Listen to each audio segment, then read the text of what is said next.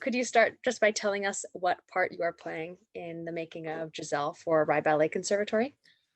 Yeah, so I'm working with the whole video production is my job with this. So we're doing it in two segments. We're doing one that's more of like a recital feature and doing another one that's much more like a short film. My job always with this is to make sure that someone wants to watch it and rewatch it and watch it from beginning, middle to end.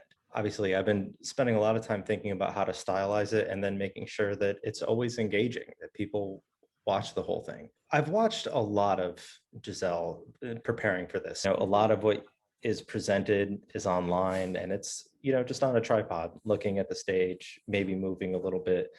But I want the camera to move with the dancers to keep it really engaged, show the hands, show the feet, show the body movements, which really is the dialogue of Giselle. Keeping the perspective much tighter does two things. It makes people feel involved and it really shows an intimacy to kind of make the world a lot smaller than this big stage. I think can do a lot emotionally and as far as engagement and keeping people really invested while they're watching it. What has inspired you while working to create your vision for Giselle? I'm a big concept person, so I was thinking how much strategy went into conceptualizing the movements, the music, how everything is works so well together. Yeah.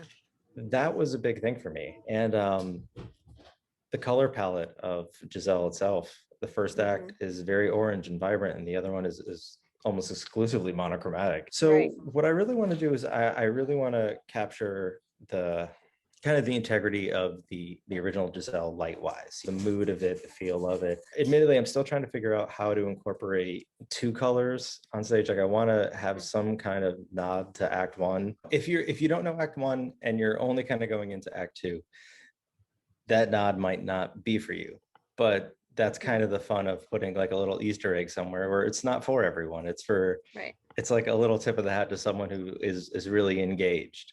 Yeah. So, and the only way I really can think about doing it is with colors, and that's where I wanted to put whether it was like a pop of like an orange hue when they're together, have it fade, something like that. Yeah. I did buy a couple new pieces of glass to Ooh. make it almost look more painterly. That was one thing I really Yeah. noticed a lot of that. It had like this very, like Victorian or kind of like Hudson Valley painting Hmm. look to it. Hmm.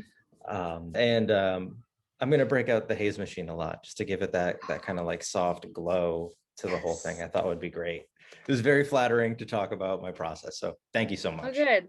Oh, I'm so glad. I'm so glad. And I think the other dancers and the other families are gonna be really interested as well. I know. I'm super interested.